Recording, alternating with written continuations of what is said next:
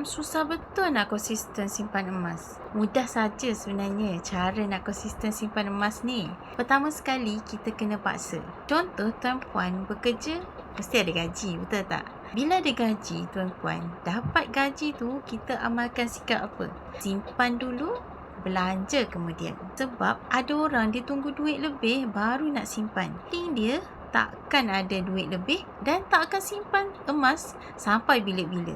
Itu yang pertama, kena paksa. Yang kedua, cara nak paksa macam mana? Buat auto debit. Contohnya dekat Public Gold, sekarang ni dia boleh set simpanan secara auto debit.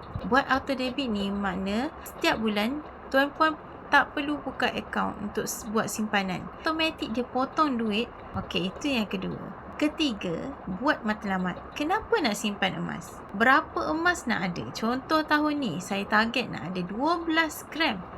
So konsisten lah. Simpan 1 gram 1 bulan.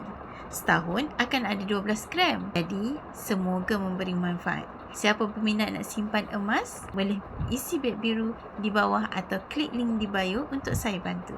Sebaiknya.